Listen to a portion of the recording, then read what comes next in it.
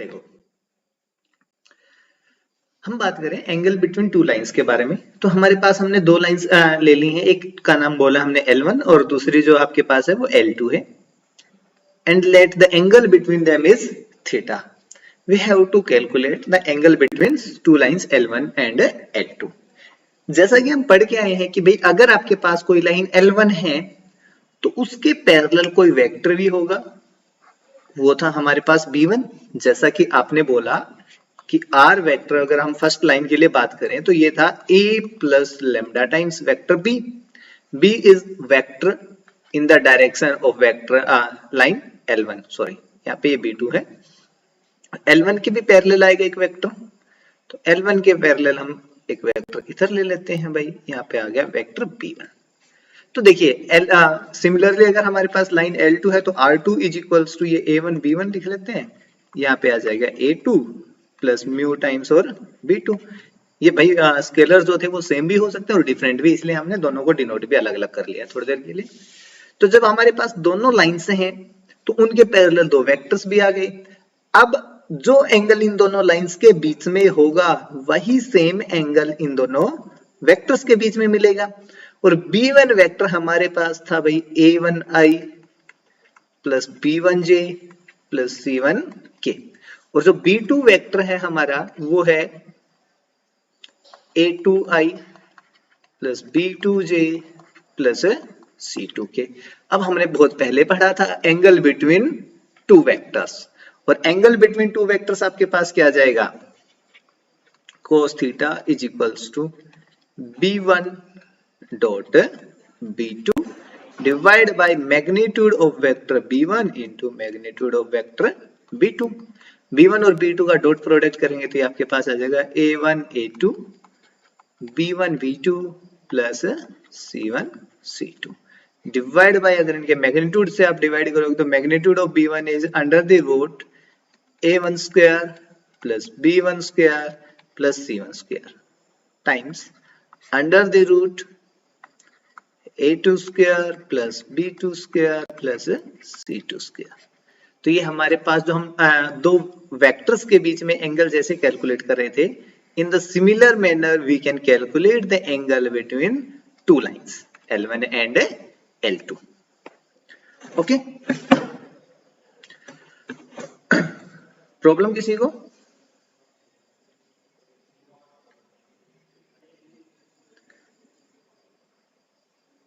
चलिए नेक्स्ट, अगर हम बात करें नेक्स्ट टॉपिक में तो हमारे पास अगला जो टॉपिक है वो हम बात करते हैं shortest distance between two lines के बारे में।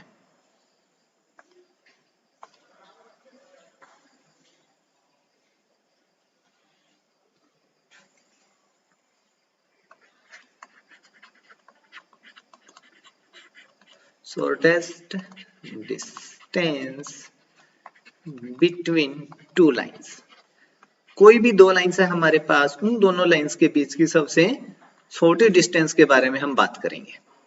तो देखिए अभी तक आपने 2D के अंदर बात की थी तो आपके पास लाइंस आपको कैसी मिल रही थी, इंटरसेक्टिंग। सेकंड जो आपके पास टाइप्स थी वो थी पैरेलल। दो ही टाइप की थी भाई, या तो लाइंस आपस में इंटरसेक्ट करेंगे, अगर इंटरसेक्ट नहीं कर रही तो वो लाइंस कैसी होती हैं, parallel. But in three-dimensional geometry, we have another type of lines, a pair of lines, which are known as skew lines. ये वो लाइंस हैं which are neither intersecting nor parallel।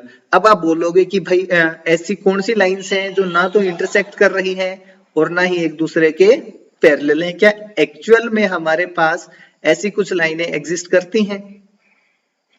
तो उसके लिए देखिए हमारे पास ये 3D में कुछ भी एक फिगर है, इसके अंदर बात करते हैं। ये वाले जो ऊपर वाला फेस है, एक लाइन है यहाँ पे L, जो इसके इस कॉर्नर पॉइंट और इस कॉर्नर पॉइंट से पास कर रही थी, ये हो गई लाइन L1। सिमिलरली यहाँ से एक लाइन है जो इन दोनों कॉर्नर से पास कर रही है, ये हो गई L2। एक लाइन इधर से इन दोनों कॉर्नर से भी पास कर सकती है जो आपके पास है L3। तो अगर आप देखोगे तो L1 और L3, भाई L1 और L2 तो आपको दिख रही होंगी यहाँ से पैरेलल लाइंस हैं, बट मैं बोलूं L1 और L3 लाइंस हैं वो कुछ इस तरह से है, एक लाइन इस तरफ जा रही है और दूसरी लाइन इसके नीचे से इस तरह से पास कर रही है। ये L1 है और ये L3 है। आप L3 को उधर कितना भी बढ़ाते जाइए और L1 को इधर और इधर कितना भी बढ़ाते जाइए, ये दोनों लाइंस कभी भी एक दूसरे को इंटरसेक्ट भी नहीं करती और इन दोनों के बीच की डिस्टेंस हमेशा इक्वल भी नहीं है। देखो यहाँ पे जो डिस्टेंस है क्या वो यहाँ इन पॉइंट्स और इन पॉइंट्स के बीच की डिस्टेंस के इक्वल है? तो ये डिस्टेंस भी हमेशा इक्वल नहीं है।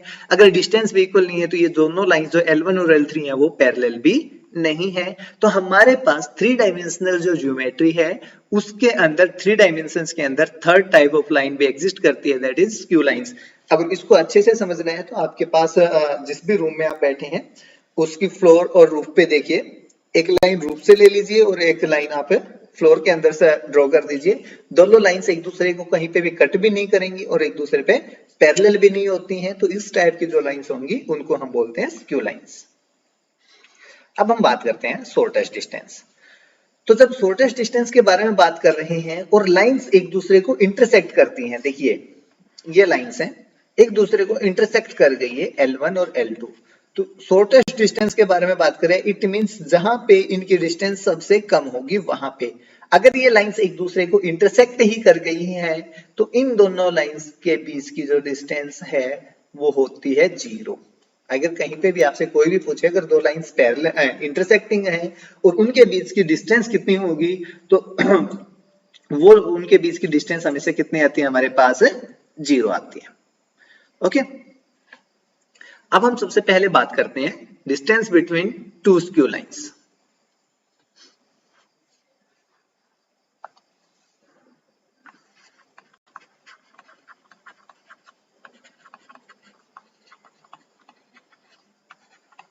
दो स्क्यू लाइंस के बीच की डिस्टेंस कैलकुलेट करते हैं। तो अगर आपको डिस्टेंस कैलकुलेट करना है तो हम बोल देते हैं लेट, हमारे पास दो लाइंस है और दोनों की हम कुछ इक्वेशन लेके चलते हैं। तो हम बोल देते हैं let R is equals to A1 plus lambda times B1। ये फर्स्ट इक्वेशन है एक लाइन के लिए और सेकंड इक्वेशन है A2 plus mu times of B2। हमने बोला ये दोनों लाइंस कैसी हैं, स्क्यू लाइंस हैं। ओके, और अगर ये दोनों स्क्यू लाइंस है तो इनके बीच की जो डिस्टेंस है वो कैसे कैलकुलेट करोगे उसके बारे में बात करते हैं। द डिस्टेंस बिटवीन और डिस्टेंस को हम लिखते हैं d से और हम इसके बारे में बात करते हैं, ये वेक्टर फॉर्म और कार्टेशियन फॉर्म दोनों में बात करेंगे। ठीक है, तो वेक्टर फॉर्म की अगर हम बारे में बात करें तो distance between these two lines is given by A2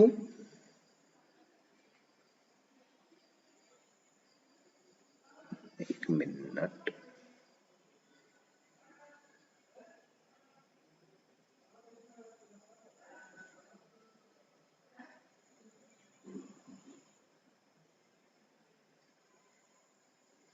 यहाँ पे आ गया A2 minus A1 vector, A2 minus A1 उसका डॉट प्रोडक्ट किसके साथ, B1 क्रॉस B2 और divide by magnitude of B1 cross B2। देखिए यहाँ पे आपके पास जो दोनों लाइंस गिवन है उन दोनों लाइंस के बारे में बात करते हैं।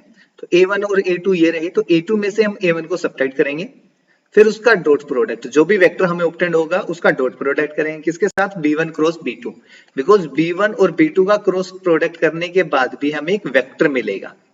तो इन दोनों वेक्टर्स का डॉट प्रोडक्ट करेंगे, डॉट प्रोडक्ट करने के बाद यहाँ पे एक रियल वैल्यू मिल जाएगी हमें, और नीचे B1 क्रॉस B2 किया वो वेक्टर आएगा, उसका मैग्नीट्यूड कैलकुलेट किया तो वापस से एक रियल वैल्यू आएगी। बट उसके बाद भी हम यहाँ पे एक मॉडुलस वैल्यू लेके चलते हैं, ये क्या आपके पास मॉड। मॉडुलस किस लिए लिया है, बिकॉज हम यहाँ पे कैलकुलेट कर रहे हैं डिस्टेंस, और डिस्टेंस हमेशा क्या होती है आपके पास पॉजिटिव, इसलिए यहाँ पे जो भी नंबर आएगा हो सकता है वो नेगेटिव आ जाए। अगर वो नेगेटिव आ रहा है तो आपको डिस्टेंस हो उसको पॉजिटिव में लिख के चलना है, बिकॉज डिस्टेंस हमारी हमेशा पॉजिटिव होती है, नेगेटिव क्वांटिटी नहीं हो सकती डिस्टेंस। ओके, तो ये जो हमने डिस्टेंस कैलकुलेट की है ये हमारी है वेक्टर फॉर्म, बिकॉज यहाँ पे जो भी टर्म्स आपने यूज की हैं वो सभी टर्म्स हमारे पास एक वेक्टर हैं, a2 a1 b1 b2 b1 b2 सब कुछ वेक्टर्स के अंदर लिखा था। अगर इसी फॉर्म को हम कार्टेशियन फॉर्म में लिखें तो कार्टेशियन फॉर्म में देखो आप सबसे पहले डॉट प्रोडक्ट के बारे में, पहले आप क्रॉस प्रोडक्ट करते हो। देखो क्रॉस प्रोडक्ट करते टाइम हम ये करते हैं i j k, फिर b1 के वेक्टर लिखेंगे तो a1 b1 c1 then a2 b2 और c2, ये आता है क्रॉस प्रोडक्ट। बट हमें इसका डॉट प्रोडक्ट करना था a2 माइनस a1 के साथ, तो i का प्रोडक्ट i के साथ होगा, j का j के साथ और k का k के साथ, इसलिए हम i j और k इन सभी की जगह a2 माइनस a1 के जो कोफिशिएंट्स थे उनको रिप्लेस कर देते हैं। यहाँ पे वो आ जाएंगे x2 minus x1 y2 minus y1 और z2 माइनस z1। तो अगर आप यही डिस्टेंस कार्टेशियन फॉर्म में कैलकुलेट करना चाह रहे हो तो आपको डिटरमिनेंट कैलकुलेट करना पड़ेगा। ऊपर वो है x2 minus x1 y2 minus y1 and z2 minus z1। नीचे आपके पास है a1 b1 c1 a2 b2 और c2, ये तो इनका हो गया डिटरमिनेंट वाला, ठीक है। उसके बाद आपको यहाँ पे मैग्नीट्यूड कैलकुलेट करना है किसका, b1 क्रॉस b2 का। तो b1 क्रॉस b2 करोगे तो देखिए यहीं से तो मिलेगा भाई, इसको इसके साथ मल्टीप्लाई देन इसको इसके साथ मल्टीप्लाई, वो i के साथ आएगा, फिर उसका आप कंप्लीट स्क्वायर करोगे और सभी चीजें आएंगी अनरूट के अंदर। तो अनरूट के अंदर हम सीधे टर्म्स लिख देते हैं यहाँ पे b1 c2 minus b2 c1 इस पूरे का होल स्क्वायर देन प्लस, फिर हमारे पास आएगा c1 a2 minus c2 a1 इसका स्क्वायर, फिर प्लस अब a1 b2 minus a2 b1 इस पूरे का होल स्क्वायर। तो ये जो आपके पास डिस्टेंस है इसकी भी हम मोड वैल्यू लेके चलते हैं। बाहर जो है हमने साइन लगाई है ये मॉडुलस वैल्यू के लिए है और ये जो चीज थी ये हमने डिटरमिनेंट के लिए लगाई थी, ठीक है। तो अगर आपके पास दो स्क्यू लाइंस है तो उनके बीच की डिस्टेंस हम इस तरह से कैलकुलेट कर सकते हैं इस फॉर्मूले से।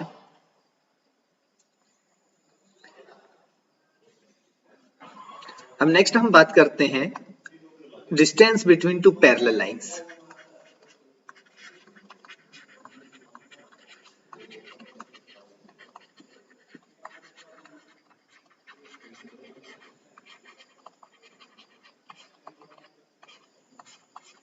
ठीक है, दो पैरेलल लाइंस के बीच की डिस्टेंस के बारे में बात करते हैं। अब सबसे पहले यही है कि अगर दोनों लाइंस पैरेलल हैं तो वहां पे आपके पास क्या मिलेगा, vector a1 plus lambda times vector b। अगर भाई ये दोनों लाइंस है L1 और L2 ये पैरेलल हैं तो हमें पता है कि एक सेम वेक्टर b के पैरेलल में आनी चाहिए थी, तो ये वेक्टर हम b बोल देते हैं यहाँ पे। इट मींस हमने जो दो इक्वेशंस ले रखी हैं वो दोनों इक्वेशंस के अंदर ये वेक्टर b कॉमन मिलेगा, सेम मिलेगा, मींस सीधी सी बात ये है। तो अगर आपको आइडेंटिफाई करना हो इक्वेशंस दे रखी हैं वहां से कि लाइंस पैरेलल हैं या नहीं, तो पैरेलल है उसके लिए तो हम आइडेंटिफाई इजीली कर पाएंगे कि ये दोनों वेक्टर अगर सेम दिख रहे हैं आपको तो हम बोल देंगे vectors are lines are parallel. Okay, अगर ये डिफरेंट है तो फिर हम वहां से बोल देंगे वेक्टर्स लाइंस पैरेलल नहीं है।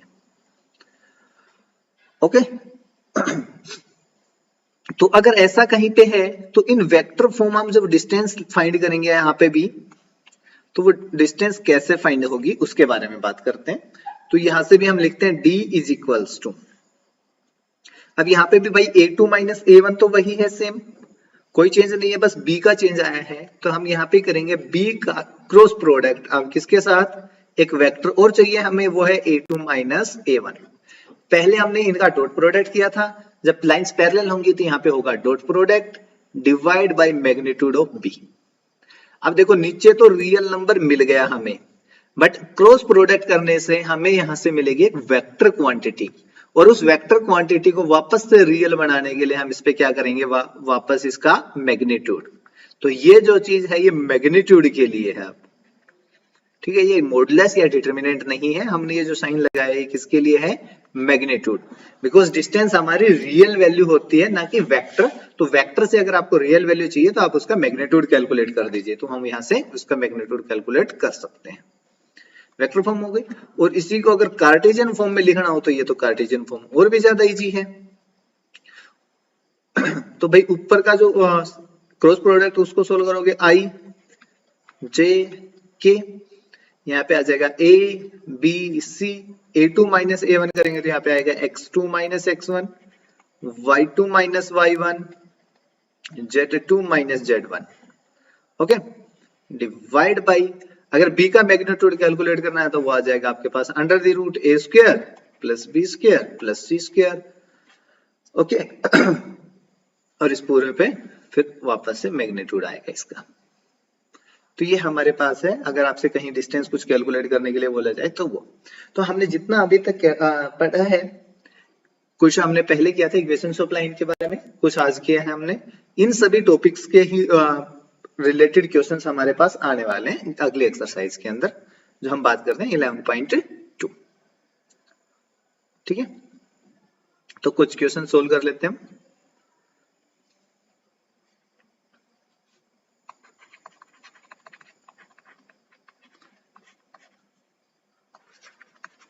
क्वेश्चन नंबर फर्स्ट, ये बोल रहा है show that the three lines with direction cosines, direction cosines of line given है भाई आपके पास।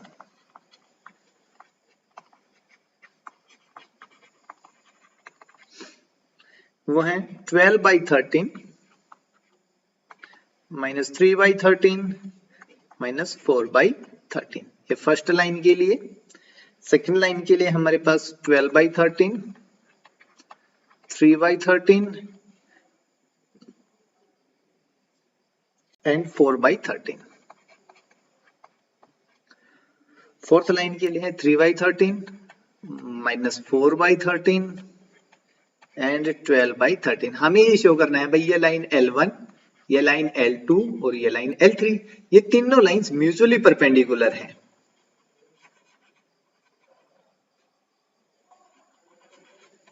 ठीक है, म्यूचुअली परपेंडिकुलर अगर आपको शो करना है तो हमने अभी पढ़ा था कि भाई अगर एक लाइन L1 है तो उसके कोरस्पोंडिंग एक वेक्टर भी है B, तो ये जो डायरेक्शन कोसाइन इस लाइन के लिए है वही डायरेक्शन कोसाइन इस वेक्टर B1 के लिए भी रहेंगे। तो हम यहाँ पे लेके चलते हैं भाई L1, वो हमारे पास है 12/13, M1 is equals to minus 3/13 और N1 is equals to minus 4/13। ठीक है, L2 डायरेक्शन कोसाइंस के लिए हम यही तो यूज करते हैं LMN। तो ये L2 हो गया आपके पास। चलो इस नाम से कंफ्यूज हो रहे हैं तो इनको कैपिटल लिख लेते हैं, कैपिटल L1, कैपिटल L2 और कैपिटल L3। तो यहां से L2 आपके पास हो गया, मैंने कुछ ऊपर आगे पीछे लिख दिया भाई, यहाँ पे था 4/13 पहले, तो यहाँ पे 4/13 देन 12/13, तो यहाँ पे 3/13। अब करो, L1 की वैल्यू है 4/13, M2 is equals to 12/13 and N2 is equals to 3/13। अब अगर इनको म्यूचुअली परपेंडिकुलर है तो हमें भी पता है कि हम क्या कैलकुलेट कर लें, इनका डॉट प्रोडक्ट। तो L1 L2 plus M1 M2 plus N1 N2, और अगर ये इक्वल टू 0 आ गया तो हम बोल देंगे लाइन L1 और L2 दोनों परपेंडिकुलर है। तो हम यही काम कर लेते हैं भाई, नीचे 13 है हर जगह, तो 13 को 13 से मल्टीप्लाई करेंगे आ जाएगा 169, 12 को 4 से मल्टीप्लाई करेंगे यहाँ पे आ जाएगा 48, यहाँ पे नेगेटिव और यहाँ पे पॉजिटिव तो ये साइन आएगा नेगेटिव। 12 3 जा 36 डिवाइड बाई 169, फिर नेगेटिव साइन 4 3 जा 12 डिवाइड बाई 169। एलसीएम करेंगे, नीचे 169 है, ऊपर आएगा भाई 48 माइनस 36 माइनस 12, 36 माइनस 12 वापस से कितना बढ़ेगा 48 और माइनस 48 यहाँ पे कैंसिल, तो ये आपके पास आ जाएगा L1 L2 plus M1 M2 plus N1 N2। तो यहाँ पे 0 अपॉन 169, 0 को किसी भी नंबर से डिवाइड करोगे वापस से 0। अगर ये equal to 0, it means we can say that L1 is perpendicular to L2। अब हम शो करते हैं भाई L2 और L3 परपेंडिकुलर हैं, तो उसके लिए हमारे पास L2 की तो वैल्यूज हैं, हम देख लेते हैं। L3 की वैल्यू है 3/13, M3 की जो वैल्यू है वो आ गई -4/13 और N3 की जो वैल्यू है वो आ गई 12/13। हम कैलकुलेट करते हैं L2 L3 plus M2 M3 plus N2 N3 which is equals to 4 को 3 से मल्टीप्लाई करेंगे बाई 12 और 13 को 13 से होगा नीचे 169, देन माइनस और प्लस 12 4 जा 48 डिवाइड बाई 169, फिर 12 प्लस यहाँ पे 3 को मल्टीप्लाई करेंगे 36 डिवाइड बाई 169, सेम आ गया 169, यहाँ पे 12 minus 48 plus 36, by 36 plus 12 48 minus 48 तो कितना आ जाएगा आपके पास 0। So therefore we have L2 into L3 plus M2 into M3 plus N2 into N3 which is equals to 0। तो यहां से हमें पता चला L2 is perpendicular to L3। Similarly we can show that line L1 is perpendicular to L3, hence we can say that these three lines are mutually perpendicular। तो अगर lines को भी आपको परपेंडिकुलर शो करना है तो जो काम आपने पहले किया था वही करना है, ठीक है, कुछ अलग से ज्यादा करने की नीड नहीं होगी आपको। क्लियर?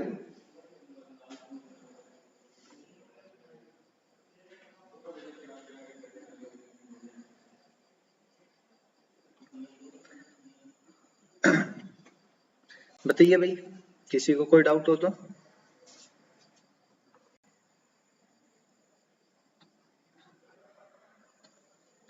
अब देखिए सेकंड क्वेश्चन नंबर सेकंड में अगर हम बात करें, यहाँ पे क्वेश्चन नंबर सेकंड में बोल रहा है show that the lines through the point. सबसे पहले पॉइंट आपको दे रखा है ए जिसके कोऑर्डिनेट है 1 -1 और 2, एक बी पॉइंट है जिसके कोऑर्डिनेट है 3 4 और -2। ओके, आगे एक लाइन है जिसके लिए पॉइंट्स दे रखे हैं आपसे 0 3 और 2, और क्यू आपके पास पॉइंट दे रखे हैं 3 5 और 6। अब ये बोल रहे हैं एक लाइन है L1 जो इन दोनों पॉइंट से पास कर रही है, एक लाइन है L2 जो इन दोनों पॉइंट से पास कर रही है। तो हमें शो करना है कि ये दोनों लाइंस जो आपके पास हैं ये एक दूसरे पे परपेंडिकुलर होंगी। तो हम सबसे पहले कैलकुलेट करते हैं direction ratios of line L1। ठीक है, लाइन L1 के लिए डायरेक्शन रेशियोज मींस A1 क्या आएगा आपके पास 3 - 1 करते हैं तो इसकी वैल्यू हो जाएगी 2। B1 आपके पास हो जाएगा 4 माइनस और माइनस करेंगे तो प्लस हो जाएगा 5 and C1 is equals to -2 और -2 is -4। Also direction ratios of line L2, जो सेकंड वाली लाइन है उसके लिए डायरेक्शन रेशियोज कैलकुलेट करते हैं तो वो आपके पास आ जाएगा A2 which is equals to 3 - 0 is 3, B2 is equals to 5 - 3 is 2 and C2 is equals to 6 - 2 is 4। अगर हमें ये कैलकुलेट करना है कि भाई ये दोनों लाइंस परपेंडिकुलर हैं तो उसके लिए हमें यहाँ पे कैलकुलेट करना पड़ेगा A1 का डॉट प्रोडक्ट A2 के साथ plus B1 into B2 plus C1 into C2। अगर ये इक्वल टू 0 आए तो हम बोल सकेंगे ये दोनों लाइंस परपेंडिकुलर हैं। A1 और A2 को कीजिए 2 into 3 plus 5 into 2 plus -4 into 4, by 2 को 3 से 6 10 माइनस 4 4 जा 16, तो आपके पास हो जाएगा 16 - 16 is equals to 0। This implies A1 A2 plus B1 B2 plus C1 C2 is equals to 0। अगर भाई ये डॉट प्रोडक्ट इट मींस ये हमारे पास डॉट प्रोडक्ट ही है जो इक्वल टू 0 आ रहा है, अगर ये इक्वल टू 0 आ रहा है तो हम बोल सकते हैं L1 is perpendicular to L2 means ये जो दोनों लाइंस थी इन पॉइंट से पास कर रही थी ये दोनों लाइंस एक दूसरे पे परपेंडिकुलर हैं। ओके, क्वेश्चन नंबर 3 आप लोगों के लिए है, आप लोग उस पर ट्राई करोगे, सेम इसी टाइप से क्वेश्चन है।